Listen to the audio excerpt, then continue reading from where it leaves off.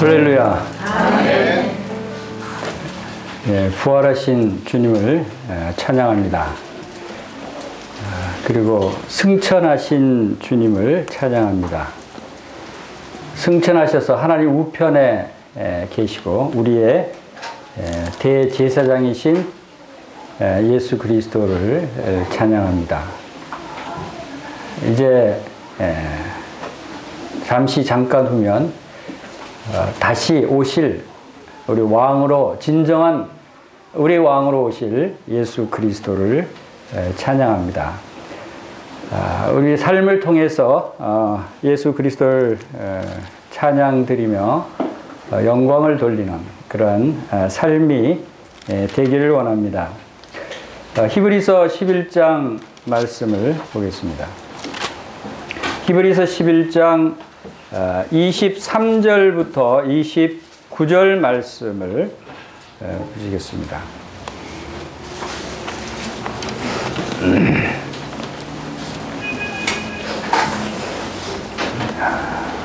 다 같이 함께 읽도록 하겠습니다. 믿음으로 모세가 났을 때 그 부모가 아름다운 아이임을 보고 석 달 동안 숨겨 왕의 명령을 무서워하지 아니하였으며, 믿음으로 모세는 장성하여 바로 공주의 아들이라 칭함받기를 거절하고 도리어 하나님의 백성과 함께 고난받기를 잠시 죄악의 낙을 누리는 것보다 더 좋아하고 그리스도를 위하여 받는 수모를 애굽의 모든 보화보다 더 큰 재물로 여겼으니 이는 상주심을 바라봄이라. 믿음으로 애굽을 떠나 왕의 노함을 무서워하지 아니하고 곧 보이지 아니하는 자를 보는 것 같이 하여 참았으며, 믿음으로 유월절과 피 뿌리는 예식을 정하였으니 이는 장자를 멸하는 자로 그들을 건드리지 않게 하려 한 것이며, 믿음으로 그들은 홍해를 육지같이 건넜으나 애굽 사람들은 이것을 시험하다가 빠져 죽었으며. 여기까지 보겠습니다. 자, 히브리서 11장을 통해서 믿음에 관해서 우리가 상고해 보고 있습니다. 오늘은 출애굽 시대의 믿음이 어떠한 믿음을 가진 믿음인가, 특별히 모세를 통해서, 모세의 믿음을 통해서 우리가 배울 수 있는 믿음이란 어떤 것인가에 대해서 살펴보겠습니다. 그래서 오늘 제목은 믿음으로 선택하라 라고 하는 제목으로 말씀을 상고해 보겠습니다. 왜 믿음으로 선택해야 하는가? 우리가 방금 읽은 이 말씀대로 모세의 믿음은 특별히 선택하는 믿음이었다.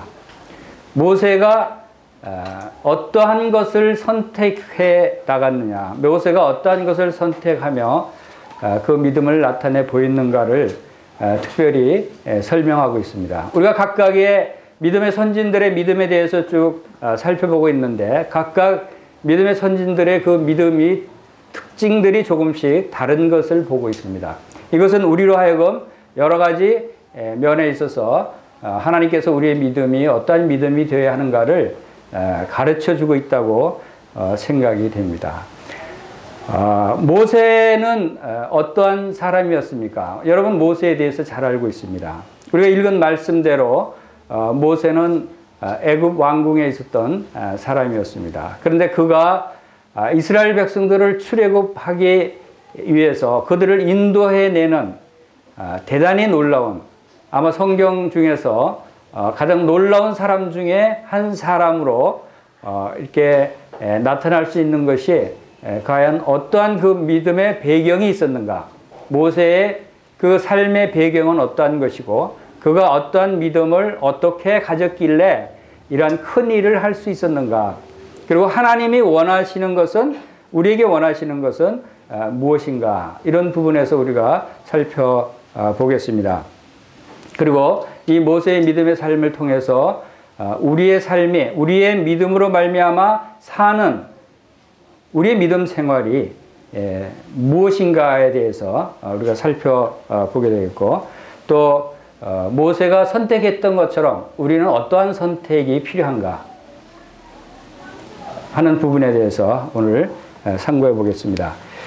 자, 23절에서 모세는 믿음으로 모세가 낳았을 때 그 부모가 아름다운 아이임을 보고 석 달 동안 숨겨 왕의 명령을 무서워하지 아니하였다 라고 시작을 합니다. 이것은 모세의 그 믿음의 배경을 간략하게 말씀하고 있습니다. 자, 이 말씀을 우리가 살펴보길 원합니다. 우선 모세의 이 전반적인 믿음에 대해서 설명한 부분이 출애굽기에 나와 있습니다. 출애굽기의 많은 부분들을 이렇게 간략하게 짧은 구절로 히브리서에서는 요약을 하고 있습니다. 우리가 성경이 말씀하고 있는 그 요약된 부분에 하나님의 말씀은 대단히 깊은 의미를 담고 있고 많은 부분을 함축하고 있는 말씀으로 우리가 받아들여야 되는 것입니다. 자, 이 모세의 탄생과 모세의 자라는 배경, 그 부분에 대해서 우리는 출애굽기 2장에서 살펴볼 수 있습니다. 우리 출애굽기 2장을 보면서 출애굽기 2장 1절부터 15절까지 우리가 함께 읽겠습니다. 그래서 모세가 어떠한 배경에서 태어났고 어떻게 자라는가를 한눈에 볼 수 있는 부분이 출애굽기 2장입니다. 출애굽기 2장 1절부터 15절까지 함께 읽도록 하겠습니다. 시작. 레위 가족 중 한 사람이 가서 레위 여자에게 장가들어 그 여자가 임신하여 아들을 낳으니 그가 잘생긴 것을 보고 석 달 동안 그를 숨겼으나 더 숨길 수 없게 되매 그를 위하여 갈대 상자를 가져다가 역청과 나무 진을 칠하고 아기를 거기 담아 나일 강가 갈대 사이에 두고 그의 누이가 어떻게 되는지 알려고 멀리 섰더니 바로의 딸이 목욕하러 나일강으로 내려오고 시녀들은 나일 강가를 거닐 때에 그가 갈대 사이에 상자를 보고 시녀를 보내어 가져다가 열고 그 아기를 보니 아기가 우는지라 그가 그를 불쌍히 여겨 이르되 이는 히브리 사람의 아기로다. 그의 누이가 바로의 딸에게 이르되 내가 가서 당신을 위하여 히브리 여인 중에서 유모를 불러다가 이 아기에게 젖을 먹이게 하리까. 바로의 딸이 그에게 이르되 가라 하매 그 소녀가 가서 그 아기의 어머니를 불러오니 바로의 딸이 그에게 이르되 이 아기를 데려다가 나를 위하여 젖을 먹이라. 내가 그 삭슬 주리라. 여인이 아기를 데려다가 젖을 먹이더니 그 아기가 자라매 바로의 딸에게로 데려가니 그가 그의 아들이 되니라. 그가 그의 이름을 모세라 하여 이르되 이는 내가 그를 물에서 건져내었음이라 하였더라. 모세가 장성한 후에 한 번은 자기 형제들에게 나가서 그들이 고되게 노동하는 것을 보더니 어떤 애굽 사람이 한 히브리 사람 곧 자기 형제를 치는 것을 본지라.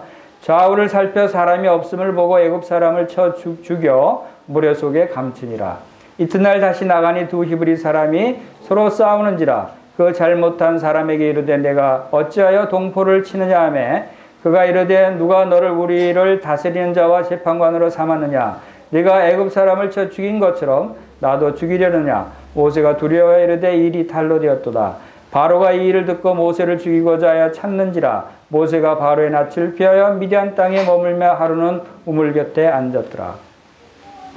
자, 이 말씀을 통해서 우리는 모세가 바로 레위 가족 중 한 가정에서 태어난 것을 볼 수 있습니다. 그리고 이제 그 가정에서 그가 태어났을 때 이 바로 왕이 마침 그 시대가 그 이스라엘 백성들이 현재 애굽에서 이 종노릇 하고 있었어요. 그러나 이스라엘 백성들이 번식력이 강해서 상당히 많은 그 인구수가 계속 늘어나고 있는 상태였습니다. 그래서 애굽 왕이 볼 때는 이제 애굽 사람보다 이스라엘 백성들이 더 많아지게 생겼어요. 그러니까 이제 위험을 느끼기 시작합니다. 그들이 노예이지만 숫자가 자꾸 너무 많이 불어나니까 나중에 적이 침공해 올 때 적과 내통해서 애굽을 치고 그들이 다시 자기 나라로 떠나갈까 두려워해서 이스라엘 백성들의 숫자를 줄이기 위한 그런 그 정책을 썼어요. 그것이 뭐냐면 태어나는 아이들 중에 남자아이는 다 죽이라는 거예요. 그래서 번식이 되지 않게 하기 위해서 태어나는 아이는 남자면 다 강에 던져 죽이라고 명령을 내렸어요. 얼마나 끔찍한 일입니까? 이 이 세상은 하나님의 백성들이 번식하고 늘어나는 것을 시기합니다. 두려워합니다. 그래서 이러한 끔찍한 일도 서슴지 않고 저지르는 것이 바로 이 세상 악한 무리들의 생각이에요. 우리는 이런 것들을 눈여겨볼 필요가 있습니다. 그리고 그랬을 때 바로 이 모세의 부모 아브라함과 요셉은 하나님을 믿는 사람이었어요. 여기서 23절에서 그 부모가 믿음으로 모세가 났을 때 그를 석 달 동안 숨겼다라고 이야기합니다. 모세의 부모는 믿음이 있었어요. 하나님을 믿었어요. 그 믿음이라는 것은 무엇이냐면 바로 모세가 여기 한 절에 23절의 표현은 아름다운 아이임을 보고 그랬습니다. 그러나 여기에 함축되어 있는 말씀 속에는 모세가 자기 아들로 태어난 이 모세가 참으로 하나님이 보내신 아들이고 참으로 하나님이 특별히 계획하시고 하나님의 일을 행하실 아이임을 그들은 믿음으로 그것을 알았다고 그래요. 유대인의 역사학자 요세푸스는 이런 말을 추가합니다. 모세의 부모는 꿈에 하나님으로부터 이 아들 모세가 이스라엘을 구원할 자라는 것을 계시하셨다는 그러한 역사 기록이 있습니다. 여기에 표현되지는 않았지만 아무튼 이 부모는 하나님에 대한 믿음으로 이 모세는 하나님의 쓰임받는 귀중한 일꾼으로 자식으로 생각했고 그래서 이 아이를 죽여서는 안 된다고 하는 그런 생각에서 이 아이를 석 달 동안 숨겼어요. 석 달 동안 숨긴다고 하는 것은 대단한 믿음의 위험의 각오였습니다. 혹시 그게 발각되면 부모들이 다 죽임을 당하는 자기의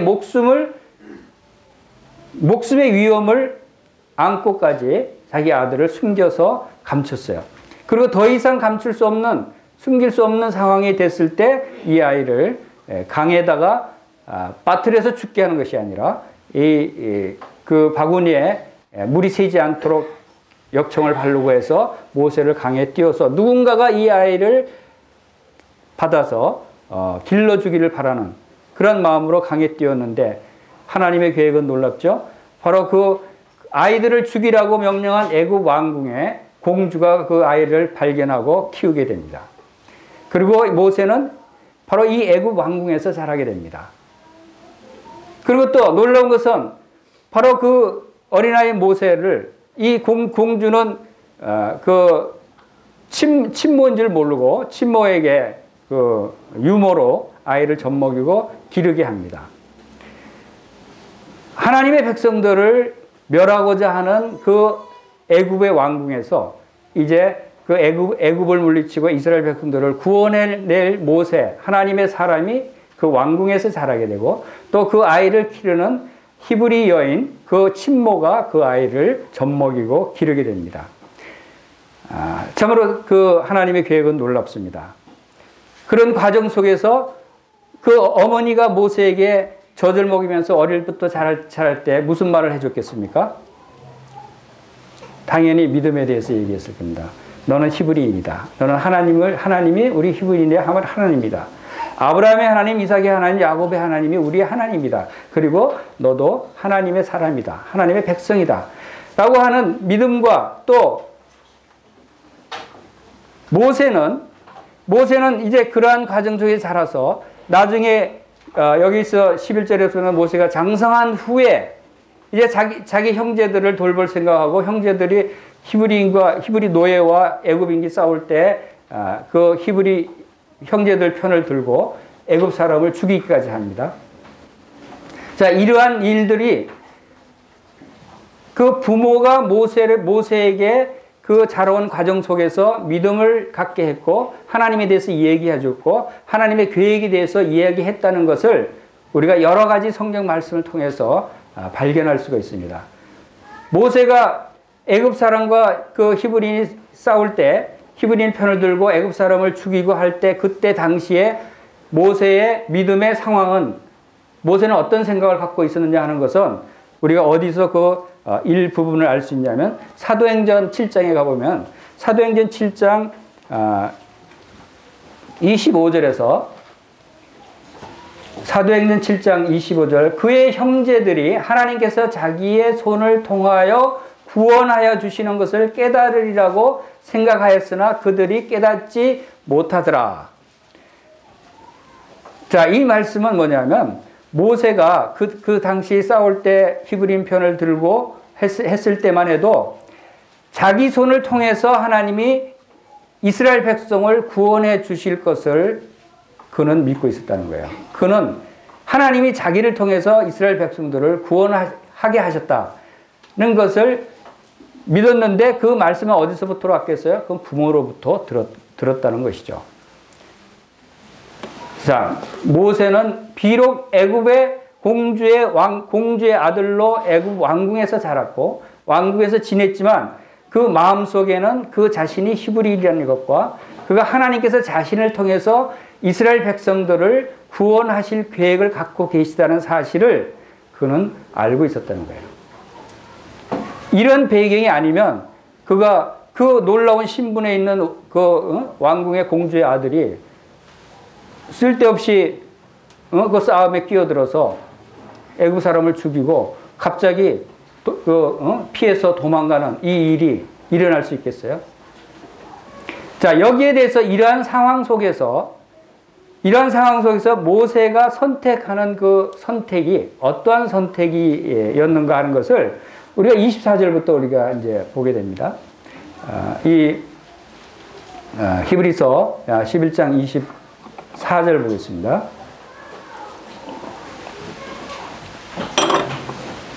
믿음으로 모세는 장성하여 바로 공주의 아들이라 칭함받기를 거절하고 도리어 하나님의 백성과 함께 고난받기를 잠시 죄악의 낙을 누리는 것보다 더 좋아하고 그리스도를 위하여 받는 수모를 애굽의 모든 부하보다 더 큰 재물로 여겼으니 이는 상 주심을 바라봅니다. 자, 모세는 애굽 왕궁에 살고 있던 높은 지위에 그것도 바로 공주의 아들인데 그때 바로 왕의 아들이 없었어요. 그래서 모세가 바로 왕의 뒤를 이어 왕이 될 수도 있었을 그러한 위치였어요. 당시 애굽이 얼마나 강대국입니까? 얼마나 막강한 권력과 부와 명예를 누리고 있는 왕궁에서 가장 유망한 총망받는 위치에 있는 모세였어요. 그런데 그 바로 공주의 아들이라 칭함을 거절했다. 그 신분과 위치를 거절했어요. 포기했어요. 여러분이 만약에 그런 위치에 있다면 그 위치를 포기할 만한 게 어떤 것이 있으면 그것을 포기할 수 있겠습니까? 여러분에게 많은 엄청난 재산이 있어요. 여러분에게 어마어마한 권세와 권력이 있어요. 모든 사람이 부러워하는 위치에 있어요.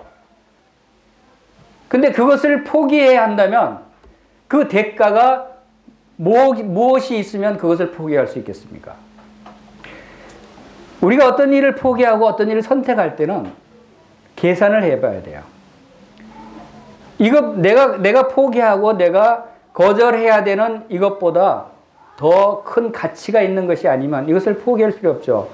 그런 게 아닌데 포기한다 그러면 그건 정말 얼마나 어리석은 사람이에요. 얼마나 바보 같은 짓이에요. 누가 그러한 명예와 부와 권세를 포기할 수 있겠어요? 그보다 더 큰 가치 있는 것을 약속받지 않았는데. 그런데 우리는 이 모세의 믿음은 놀라운 믿음인 것을 우리가 보게 됩니다. 그것과 바꿔서 포기한 그것이 무엇이냐 하면 25절에 하나님의 백성과 함께 고난받기. 자, 하나님의 백성과 함께 고난받는 것을 애굽 왕의 모든 권세와 부귀와 명예를 다 포기하는 것과 바꿨다는 거예요. 여러분 이해가 되세요? 이것은 이 세상 사람들이 도저히 이해할 수 없는 어리석은 짓이에요. 그런데 믿음으로 행하면 이러한 것이 어리석은 것이 아니라고 하는 사실을 우리가 깨달을 수 있게 되는 것입니다. 자, 장성한 모세는 이제 믿음 안에서 선택해야 할 위치에 왔어요. 그 자신이 신분이 누구인가를 알게 됐어요.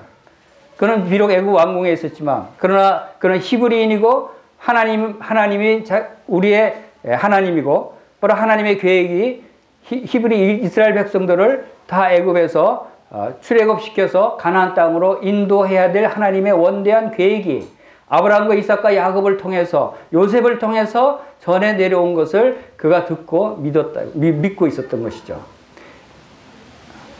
이러한 상황 속에서 모세는 선택을 해야 되는 것입니다. 자, 모세의 선택에는 얻는 것과 잃는 것이 동시에 있죠. 자, 모세가 이것을 선택하면 이것을 잃게 돼요. 모세가 잃는 것은 여기서 뭐라고 나와 있냐면 바로 공주의 아들이라 칭함을 잃게 됩니다. 왕궁의 그 권세를 잃게 되는 것이죠. 그 다음에 죄악의 낙을 누리는 것이라고 나옵니다. 25절에서. 죄악의 낙을 누리는 즐거움을 잃게 됩니다. 애굽 왕궁의 그 높은 지위에 있는 사람이 얼마나 죄악에 빠져 있겠어요. 그 죄악의 쾌락과 낙을 잃게 됩니다. 또 한 가지는 26절에 보면은 그리스도를 위하여 받는 수모를 애굽의 모든 보화보다 더 큰 재물로 여겼다. 애굽의 모든 보화, 이것을 잃게 되는 것입니다. 한쪽은 그런 것이 있어요. 또 한쪽은 뭡니까?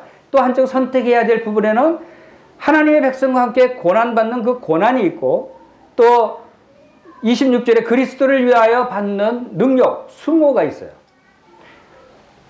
하나님의 백성과 함께 받는 고난과 그리스도를 위하여 받는 능력, 수모.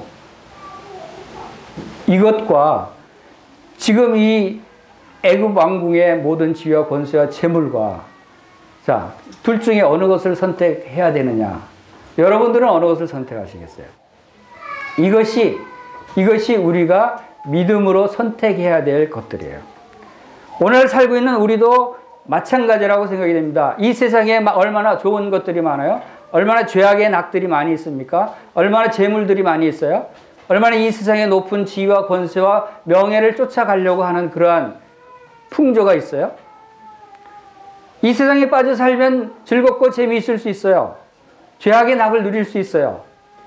그러나 또 한편으로 우리가 선택해야 될 부분이 있다는 거예요. 그것은 예수 그리스도를 믿음으로 말미암아 하나님의 자녀의 삶을 살아야 하는 것이에요.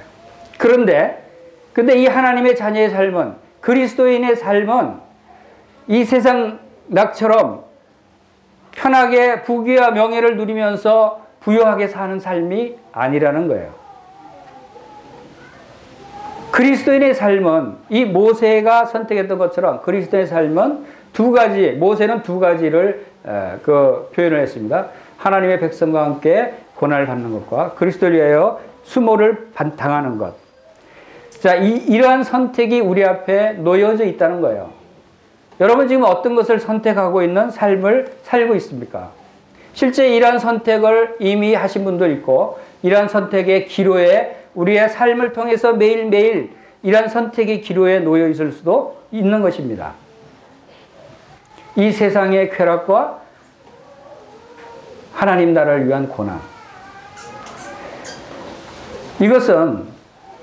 이것은 우리가 어떤 것을 선택할 때 무엇을 생각합니까? 선택할 때는 따져봐야 됩니다.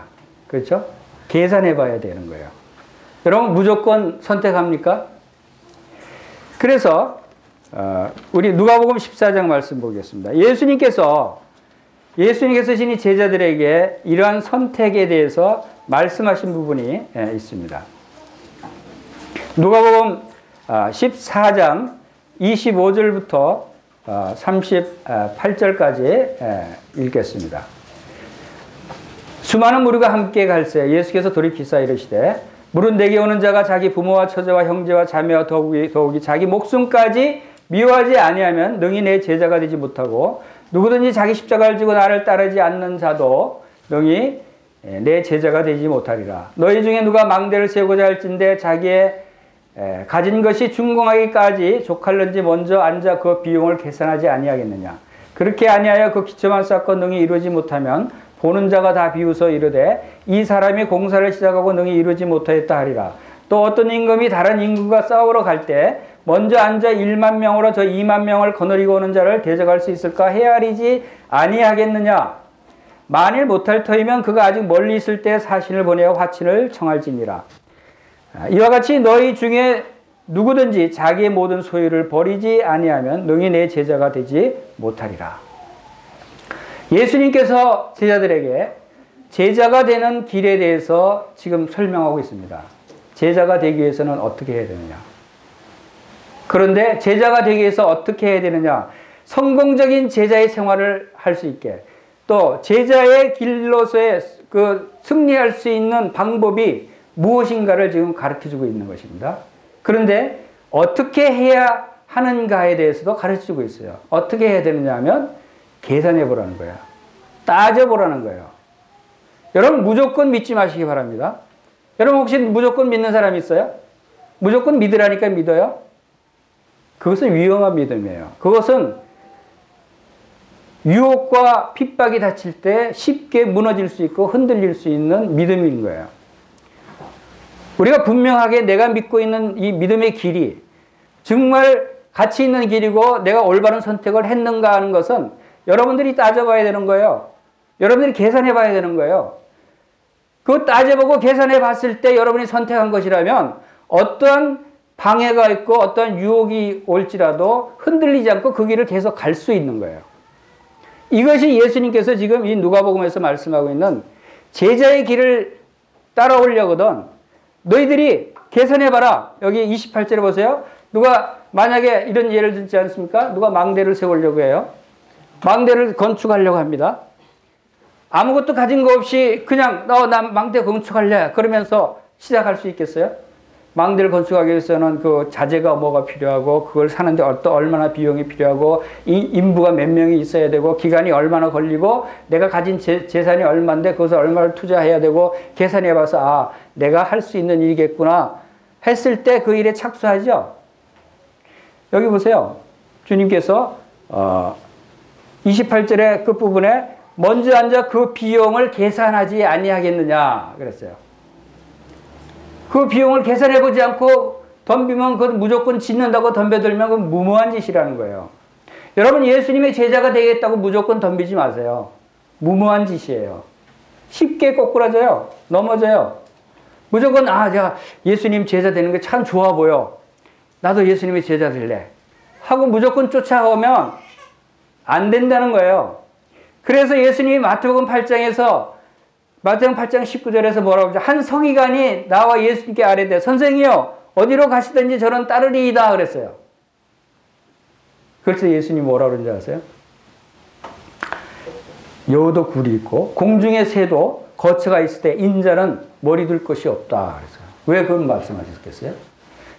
그 사람의 그 의중을 알아요. 예수님 쫓아가면 저분이 놀라운 기적도 행하시고 죽은 자도 살리시고 보니까 뭐 권세, 능력 저분을 쫓아가면 나도 권세를 얻을 수 있을 거야. 나도 큰 재물을 얻을 수 있을 거야. 저 놀라운 분을 내가 쫓아가야지. 그런 마음이 있었어요. 그 사람에게는. 그것을 아시고 예수님이 그러세요. 나는 아무것도 없다. 여우도 굴이 있고 공중에는 나는 새도 거처가 있지만 나는 집도 절도 없다. 아무것도 없다. 네가 그런 생각으로 나를 쫓아오려면 포기해라. 그 사람은 포기하고 떠나갔어요. 여러분 무조건 예수님을 쫓아가려고 하지 마세요. 여러분이 계산을 해봐야 되는 거예요. 누가 망대를 세우자 할 때 그것을 계산하지 않겠느냐. 또 31절에 어떤 임금이 다른 나라와 전쟁이 터졌어요. 다른 나라에서 전쟁이 터졌는데 그 나라는 군인이 2만 명이에요. 근데 우리는 10,000명밖에 없어요. 여러분 무모하게 그 전쟁에 그냥 전쟁 났으니까 싸워야지 하고 싸울 거예요? 전략을 세워야죠. 계산을 해봐야죠. 지금 10,000명으로도 20,000명을 어떻게 이기지? 우리가 정말 숫자는 적지만 이러이러한 부분이 우리가 강한 부분이 있어. 충분히 승산이 있어. 이런 전략으로 가면 돼. 한다든가 아니면 도저히 우리는 불가능해.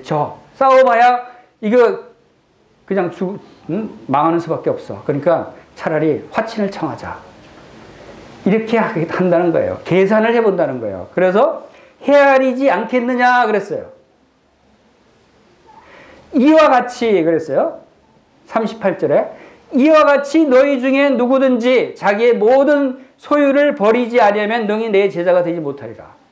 제자가 되는 것은 이와 같이 따져봐서 내가 어떻게 예수님을 쫓아가는 것이 정말 올바른 제자의 길인가? 예수님은 무엇을 원하시는가? 그분의 가르침은 뭔가? 내가 어떤 모습으로 예수님을 쫓아가야 제자가 될 수 있는가?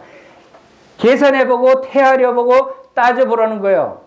그것이 무엇이 필요한가 하면 그냥 예수님을 쫓아가면, 내 모든 것을 가지고 예수님을 쫓아가면 안 된다고 하는 사실을 깨달은 거예요. 예수님의 제자가 되는 길은 모든 것을 다 자기 소유를 버려 예수님의 참 제자가 될 수 있다고 하는 것을 알고, 그래도 나는 쫓아가겠습니다. 따져보라는 거예요. 내가 모든 것을 다 버리고 예수님을 쫓아가겠습니다. 왜? 지금 모든 것을 다 버릴지라도 예수님을 쫓아가면 하늘나라에 영원한 상급이 있기 때문에.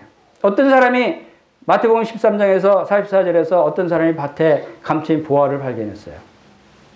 그 보화를 발견하고, 어마어마한 보화를 발견하고, 그 사람이 무엇을 어떻게 했다 그랬어요?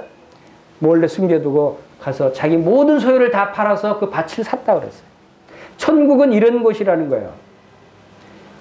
진정한 가치를 깨닫고 나의 모든 것을 버릴지라도 이것이 더 가치 있는 것이고, 이것이 더 좋은 것이고, 이것이 내가 선택해야 될 더 좋고 합당한 것이고 가치 있는 것이다 라고 하는 판단이 여러분에게 섰을 때 여러분이 그 길을 가야 한다는 것이에요. 믿음은 선택하는 것인데 바로 이러한 계산을 해보고 여러분들이 선택해야 된다는 거예요. 그것은 하나님의 말씀을 온전히 순종하고, 하나님의 말씀에 분명히 주님께서는 26절 27절에서는 부모와 처자와 형제와 자매와 더불어 자기 목숨까지도 미워하지 않으면 제자가 될 수 없다고 그랬어요. 또 누구든지 자기 십자가를 지지 않고 나를 따르는 자는 능히 나의 제자가 될 수 없다고 그랬어요. 이것은 우리의 모든 인적 관계, 모든 재물과 모든 사회적인 관계, 모든 것보다도 하나님과의 관계, 예수 그리스도의 관계가 우선돼야 되고 더 가치 있는 것이, 여러분에게 더 가치 있는 일이 되어야 한다는 것을 의미하는 것이에요. 여기에 말씀은 부모를 미워하라고 했다고 그래서 부모를 미워해야지 하는 어리석은 사람은 없게 되길 바랍니다. 우리가 그 말씀에서 보완적으로 마태복음 10장 37절 말씀을 보겠습니다. 마태복음 10장 37절에서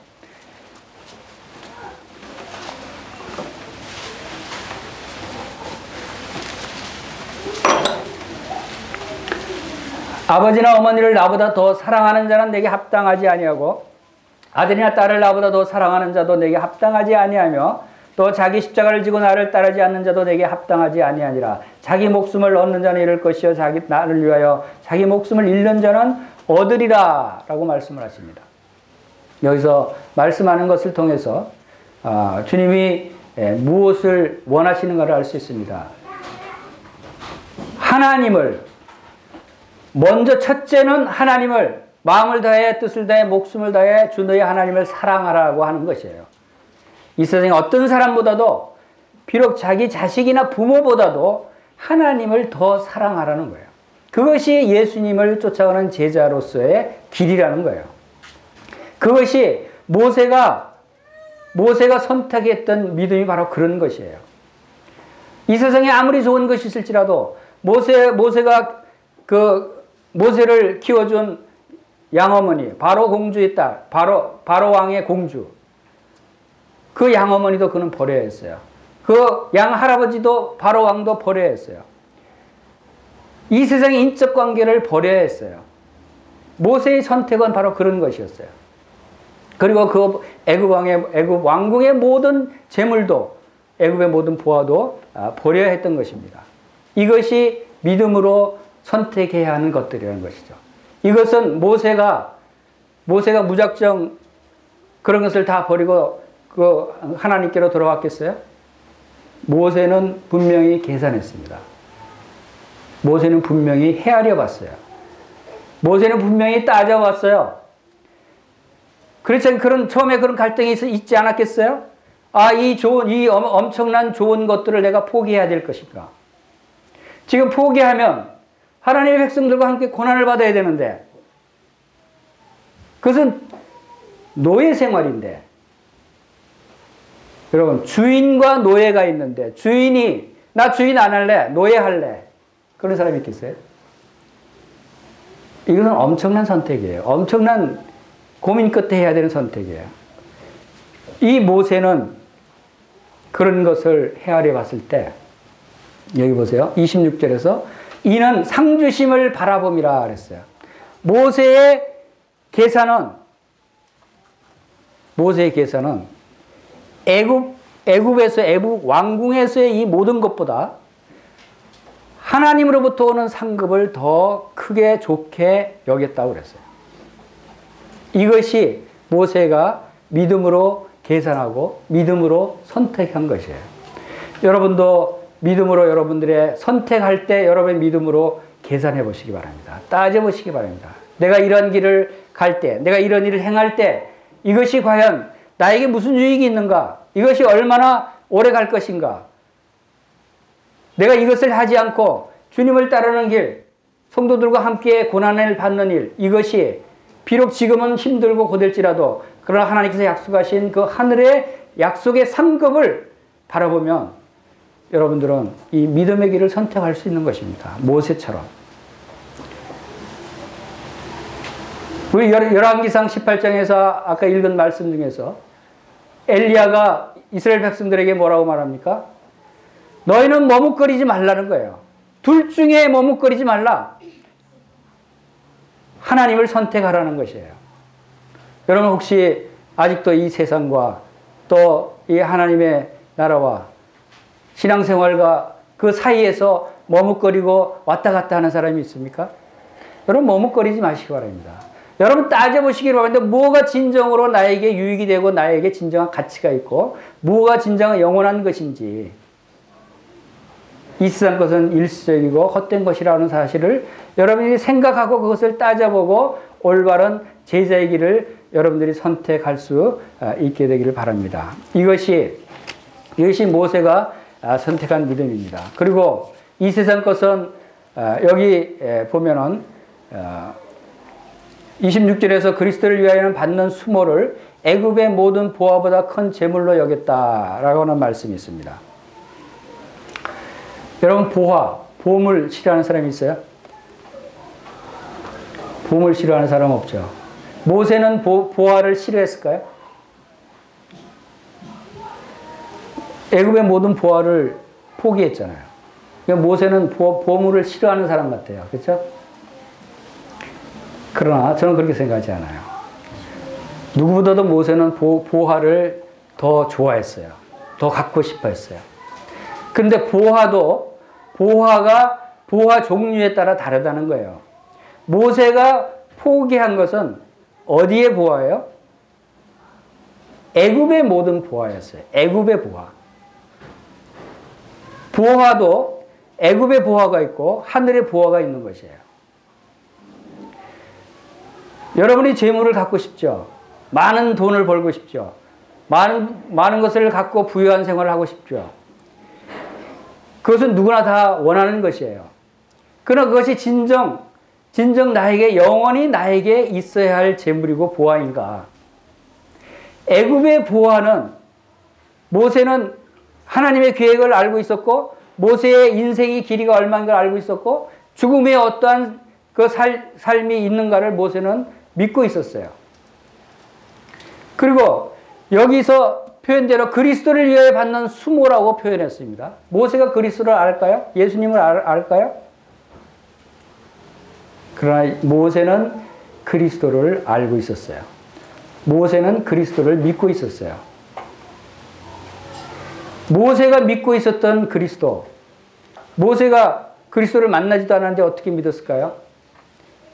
그러나 우리가 배우는 성경의 얼마나 많은 부분이, 모세가 기록한 얼마나 많은 성경의 부분이 그리스도를 예표하고 있습니까? 모세 자신도 그리스도를 예표하고 있어요. 모세도 이스라엘 백성들을 구원할 자로 보내심을 받은 자예요. 그가 이스라엘 백성과 함께 고난을 받으면서 그들 가운데서 그들을 건져내서 이제 출애굽할 구원자로 보내심을 받은 자였어요. 바로 우리 주 예수 그리스도, 그분도 하나님께서 우리를 구원하시기 위해서 이 애굽과 같은 이 세상에 보내셨고 이 세상에서 우리와 함께 고난을 받으셨어요. 그리고 이 세상에서 고난 받으시고 이제 우리를 위해서 우리의 모든 죄를 담당하시고 우리를 건져내시기 위해서 십자가에서 고난받으시고 죽으신 그 예수 그리스도, 그분은 모세도 바로 예수 그리스도를 예표하고 있는 것이었어요. 그리고 모세는 자신이 하나님의 백성과 함께 고난받는 것은 바로 그리스도를 위해서 받는 것이다. 그것은 앞으로 오실 그리스도, 그분을 위해서 내가 이 고난을 감당하지 않으면 이스라엘 백성들을 인도해낼 수 없고, 이스라엘 백성들을 인도해냄으로써 이제 그 가운데 오실 예수 그리스도를 바로 그는 바라고 기대하고 하나님께서 그를 통해서 이스라엘 백성 가운데 그리스도를 보내실 것을 그는 믿고 있었던 것입니다. 그래서 그가 고난받는 것은 앞으로 오실 그리스도를 위한 고난이었다고 그는 믿음으로 그것을 받아들인 것이죠. 우리에게도 바로 이러한 믿음이 필요한 것입니다. 그리고 애굽의 모든 보화, 모세가 분명히 보화를 좋아했다고 하는 것은, 제가 왜 그런 말씀을 할 수 있느냐 하면, 모세는 상주심을 바라봤다 그랬어요. 상을 바라봤어요. 애굽의 모든 부하보다도 더 많은, 더 가치 있는, 더 큰 재물로 여겼다 그랬어요. 더 큰 재물로 여긴 그것을 기대하고 바라본 그 모세의 심중에는 하늘의 보화가 있는 것이에요. 하늘의 보화를 바라고 이 땅의 보화를 버린 것입니다. 이것이 믿음으로 선택하는 것이에요. 우리가 이 세상에 살면서 이런 믿음의 갈림길에 놓여 있을 때가 있어요. 이 세상 재물을 더 얻게 되는 기회가 있을 수 있어요. 그러나 그것이 주님의 말씀에 순종하지 아니하고 주님의 말씀에, 주님의 뜻에 합당하지 않는 길을 통해서 얻어지는 재물이라면 그것을 포기할 수 있어야 하는 것입니다. 그것이 모세와 같이 그리스도를 위해서 고난을 받는 것입니다. 그럼을 통해서 하나님은 우리에게 더 큰 영광과 더 큰 재물로 우리에게 상 주시는 분이심을 모세는 믿고 있었던 것이죠. 또 25절에서 모세는 하나님의 백성과 함께 받는 고난을 죄악의 낙과 비교를 합니다.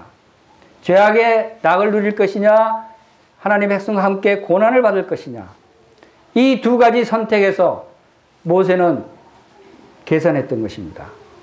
내가 이 세상의 죄악의 낙을 누리고 쾌락을 누리는 것은, 이것은 오래가지 않는 것이다. 이것은 헛된 것이다. 그러나 하나님의 백성과 함께 고난받는다고 하는 것은 비록 지금 애굽의 최고의 지위에 있는 내가 최하의 지위에 있는 노예로 내가 전락한다 할지라도, 그러나 그것은 더 가치 있는 것이다. 그것을 모세는 믿음으로 알았어요. 하나님의 백성과 함께 하는 것은 이 세상에서 쾌락의 낙을 누리는 것보다 더 나은 것이고 더 가치 있는 것이다. 이것이 우리의 믿음으로 선택해야 하는 것이라는 거죠.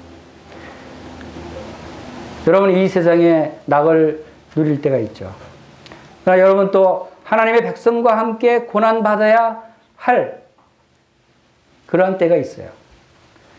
오늘날 하나님의 백성과 함께 고난을 받는다는 것은 무슨 뜻입니까? 그건 교회 성도들과 함께 고난에 참여하는 것이에요. 교회 성도들과 함께 하는 것이에요. 오늘 하나님의 백성은 교회 성도들이에요. 여러분, 교회에 참석하고 교회에서 봉사하고 헌신하고 사랑의 수고를 아끼지 않고 하는 것들이 바로 하나님의 백성과 함께하는 고난이다.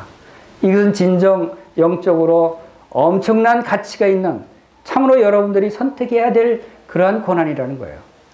여러분, 교회 성도들, 여러분 기억하고 기도하고 함께 봉사하고 서로 사랑을 나누시길 바랍니다. 이것이 모세가 하나님의 백성과 함께 고난받은 것과 같이 우리가 선택해야 될 길이라는 것이에요. 제자로서의 가야 할 길이 바로 주의 몸된 교회의 지체로서 성도들과 함께 고난받는 것이에요. 때로는 힘들죠. 때로는 수고스럽죠. 때로는 많은 그 재물이 필요할 때도 있어요. 이 세상에 할 일을 못하고 나와야 할 때도 있어요. 그러나 모세는 그런 것을 기쁨으로 선택했다. 우리도 이러한 믿음이 우리에게 필요하다는 것을 우리가 말씀 통해서 보게 되는 것입니다. 교회 성도들과 함께 하는 것은 그것은 우리가 고난을 함께 하는 뿐만 아니라 우리의 기쁨과 즐거움도 성도들과 함께 할 수 있는 것입니다. 교회는 우리가 속한 것이에요. 하나님의 백성들이 있는 것이에요. 하나님께서 우리에게 약속하신 약속의 기업이 바로 이 교회에 있는 것이에요. 여러분 교회를 위해서 기도하시고 성도들을 위해서 기도하시고 복음을 위해서 기도하시고 교회 부흥을 위해서 여러분들이 기도하셔야 될 이유가 바로 여기에 있는 것입니다. 여러분도 하나님의 백성과 함께 고난 받게 되시기를 간절히 바라는 것입니다. 이제 우리 다음 27절 보겠습니다. 믿음으로 애굽을 떠나 왕의 노함을 무서워하지 아니하고 곧 보이지 아니하는 자를 보는 것 같이 하여 참았으며. 애굽 왕이 얼마나 노했습니까? 찾아 이제 모세를 잡아서 죽이려고 했습니다. 그러나 모세는 두려워하지 않았어요. 그는 하나님을 믿었기 때문에, 그와 함께 하시는 하나님을 의지했기 때문에 그는 이제 애굽 왕의 노함을 피해서 이제 광야로 갑니다. 미디안 광야로 가서 생활하게 됩니다.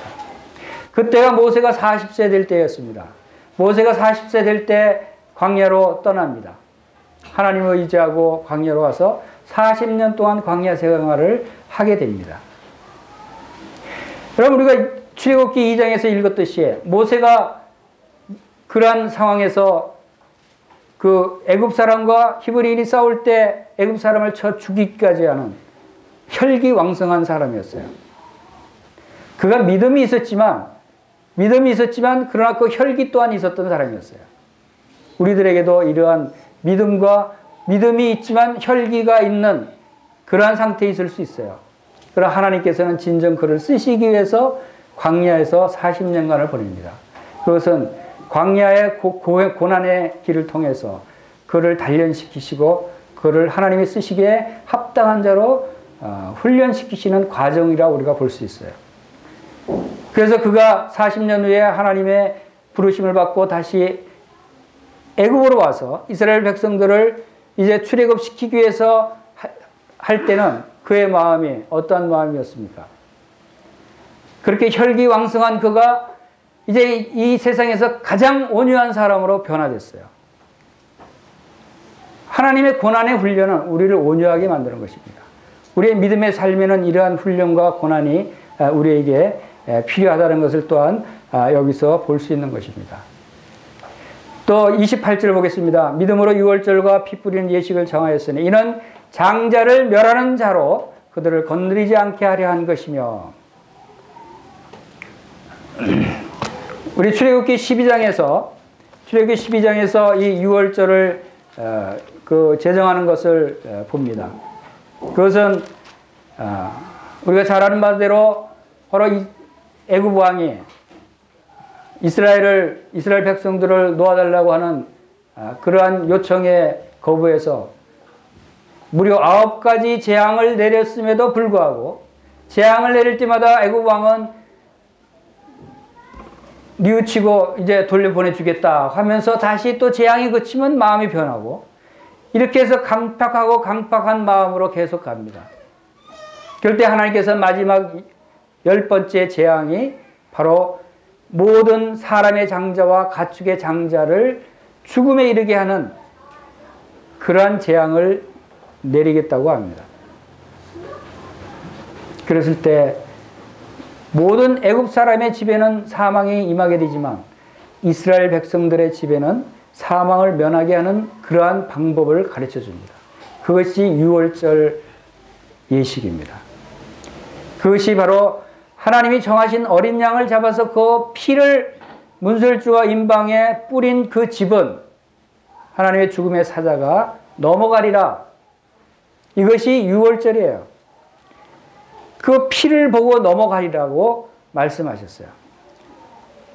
모든 죽음이 모든 집에 임하는데 단지 피를 뿌린다고 해서 그 죽음이 면한다.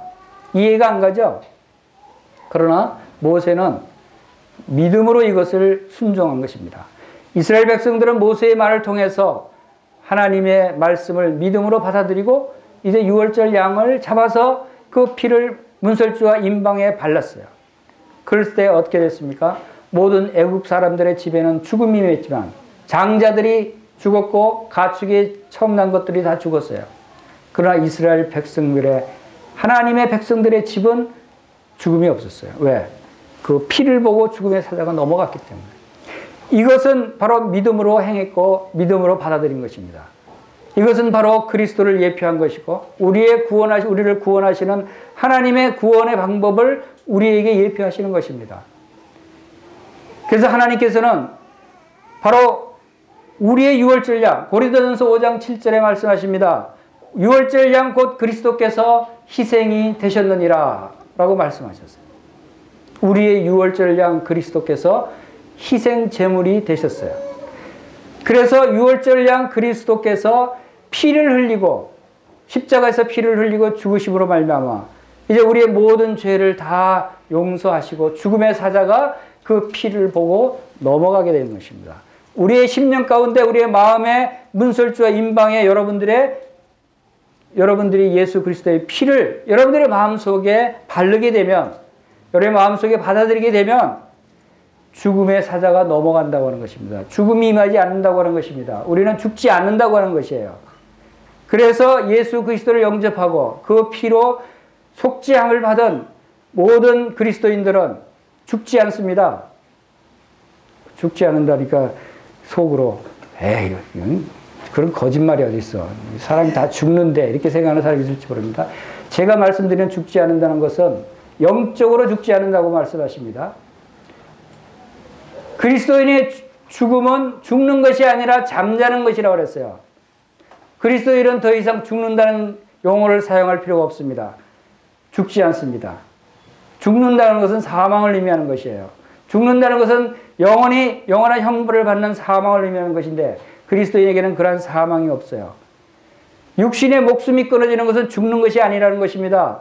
그것은 우리의 영적으로는 죽지 않고 지속적으로 살아서 우리의 영혼은 하나님께로 가고 또 우리의 죽은 숨이 끊어진 쓰러진 육신도 주님이 다시 재림하실 그때 이제 호련히 변화돼서 우리의 육도 이제 영의 몸으로 변화돼서 온전한 영의 몸으로 주님을 영접하게 된다고 그랬어요. 얼마나 놀라운 일이 우리에게 일어날 것입니까? 이것이 바로 이 유월절 어린 양 되신 예수 그리스도의 피의 효력입니다. 피의 결과입니다. 여러분들이 피를 믿으시면 바로 여러분들이 죽음을 당하지 않게 된다고 하는 사실을 믿으시기를 바랍니다. 또 29절 보겠습니다.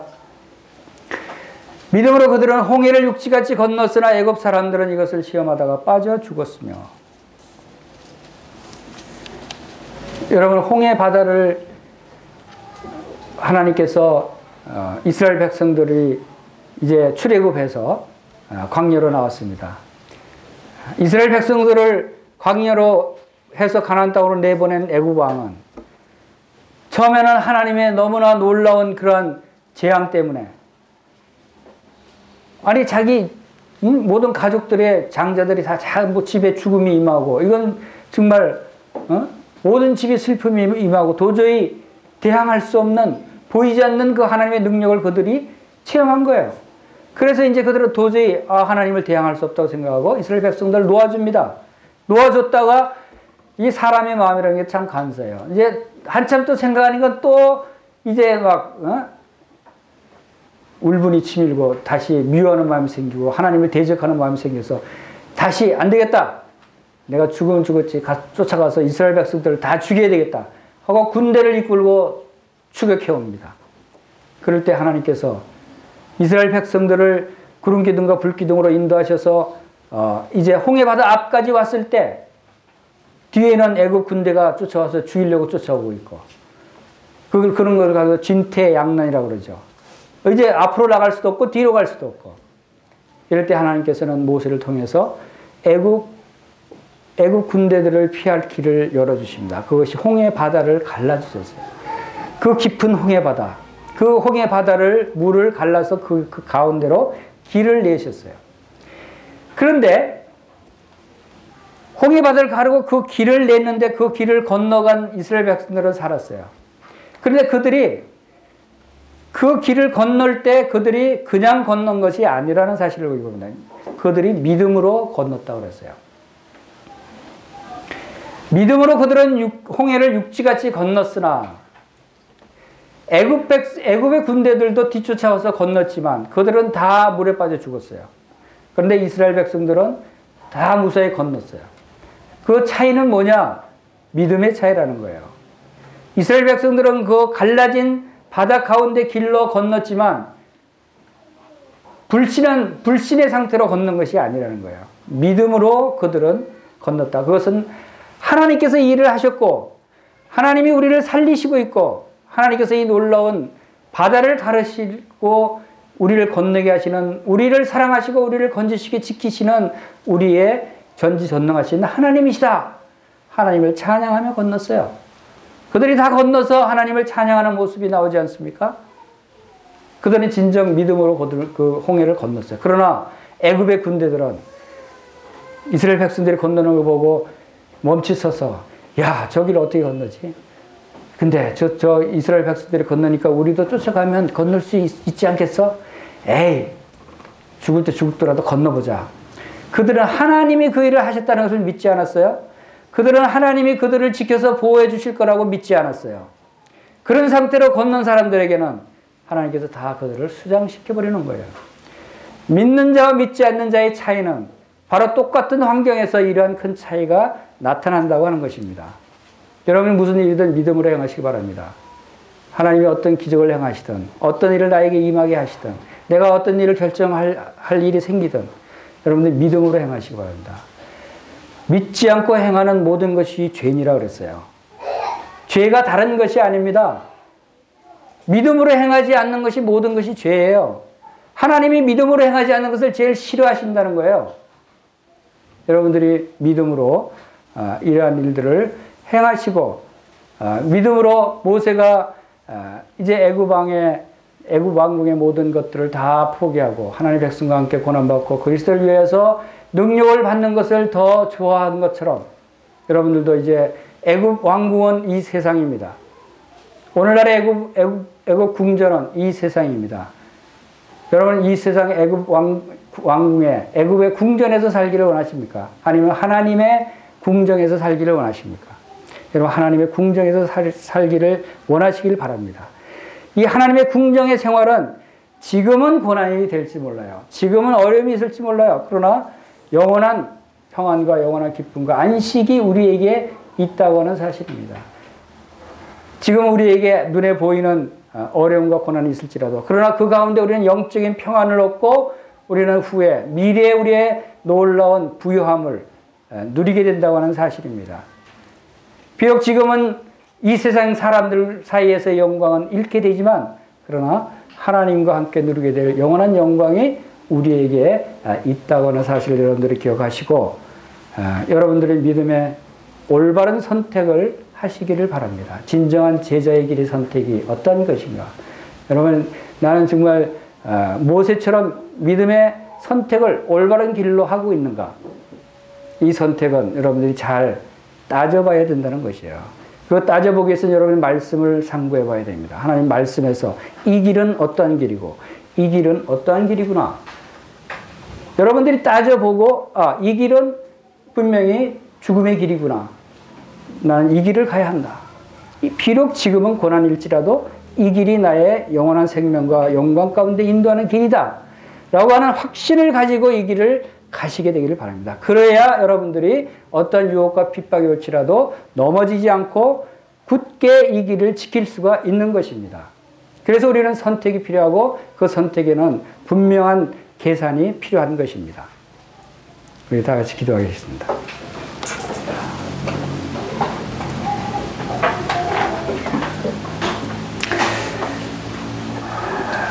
은혜가 많으신 아버지 하나님, 이 시간 모세의 믿음을 통해서 저희들에게 참 믿음으로 선택하는 것이 어떤 것인가를 말씀을 통해서 나타내 보이신 것을 감사를 드립니다.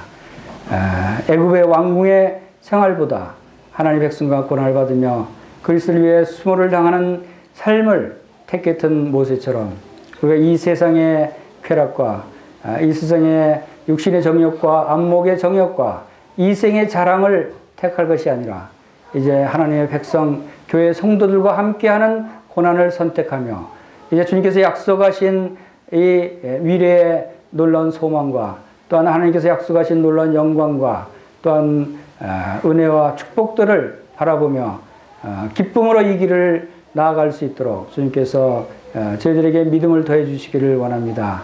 믿음으로 선택하는 그러한 지혜를 성령님을 통해서 저희들에게 허락해 주시기를 원합니다. 이 시간을 함께 하신 것을 감사를 드리며 예수님의 귀하신 이름으로 감사하며 기도하옵나이다. 아멘.